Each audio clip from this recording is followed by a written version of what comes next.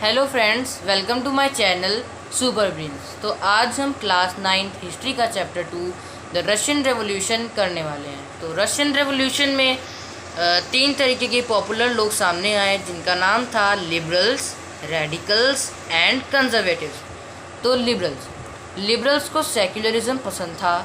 ये dynasty rule को बिल्कुल पसंद नहीं करते थे और इनको अपने लिए इंडिविजुअल राइट्स चाहिए थे और इनको एक इंडिपेंडेंट जुडिशरी चाहिए थी और यूनिवर्सल एडल्ट फ्रेंचाइज जो कि हमें वोट देने का अधिकार देता है उसको ये बिल्कुल पसंद नहीं करते थे। तो ये तो हो गया लिबरल्स के बारे में। अब हम चलते हैं रेडिकल्स के बारे में। रेडिकल्स एक ऐसा नेशन चाहते थे जिसमें मेजॉरिटी रूल करे और ये वुमेन के सफरेज मूवमेंट को बहुत सपोर्ट करते थे, यानी वुमेन्स को सपोर्ट करते थे।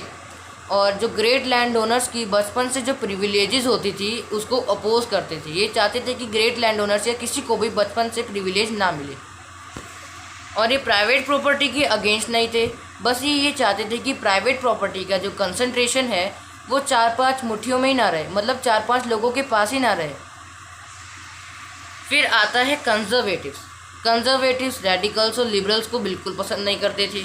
कंजर्वेटिव्स को फ्रेंच रिवॉल्यूशन के बाद ऐसा लगा कि हमको भी अपने सोसाइटी में चेंज लाने की ज़रूरत है और इनको ऐसा लगता था कि जो चेंज होना चाहिए वो एक स्लो प्रोसेस से होना चाहिए। अब industrial society and social change.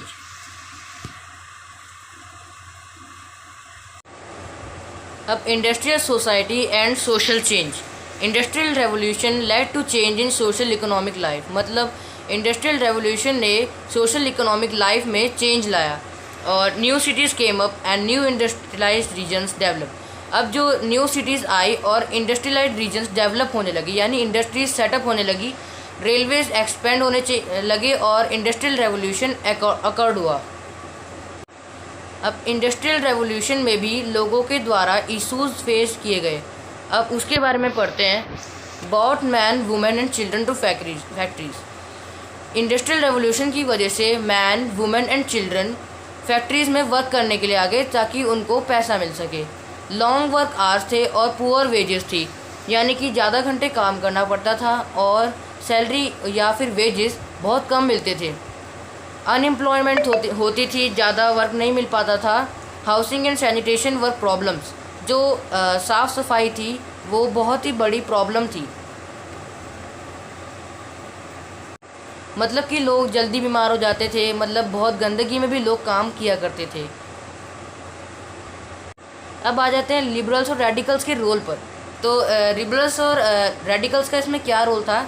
उन्होंने क्या किया, उनको ऐसा लगा कि वर्कर्स के साथ ही अच्छा नहीं हो रहा है, मतलब वो ज़्यादा काम करते हैं फिर भी उनको वेजेस अच्छी नहीं मिलती है। तो उन्होंने वर्कर्स के लिए स्ट्राइक करना शुरू कर दिया और जहाँ पर भी वो स्ट्राइक करते थे या अपनी आवाज़ उठाते थे तो आसपास के वर्कर्स उनके आसपास घूमने लग जाते थे। तो इसकी वजह से वर्कर्स को लिबरल्स और रेडिकल्स बहुत पसंद आने लगे और वो कंजर्वेटिव्स को हेट करने लगे। तो अब आते हैं रिवॉल्यूशनरीज़। तो रिवॉल्यूशनरीज़ कौन थे? जो लिबरल्स और रेडिकल्स थे ये बाद में जाके रिवॉल्यूशनरीज़ बन गए। मतलब कि इनको ऐसी लगा कि अगर हमको अपनी लाइफ को एक अच्छी जगह लाना है या फिर एक अपनी लाइफ को अच्छा बनाना है तो हमें रिवॉल्यूशंस करने पड़ेंगे, क्रांति करनी पड़ेगी।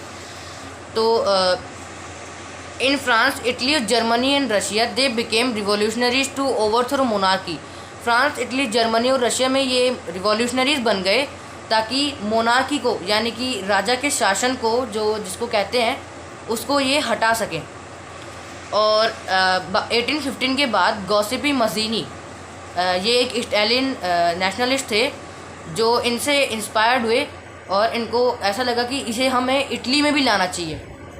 तो गॉसिपी मज़ीनी आपको 10th क्लास में बहुत मिलेंगे। अभी आप यही जान लीजिए कि रेडिकल्स और लिबरल्स बाद में जाके रिवॉल्यूशनरीज बन गए थे ताकि वो अपनी लाइफ को और अच्छा कर सकें। तो thank you friends for watching my video. बाकी जो हम बचा है वो अगले एपिसोड में करेंगे। तो please like, share and subscribe. Thank you.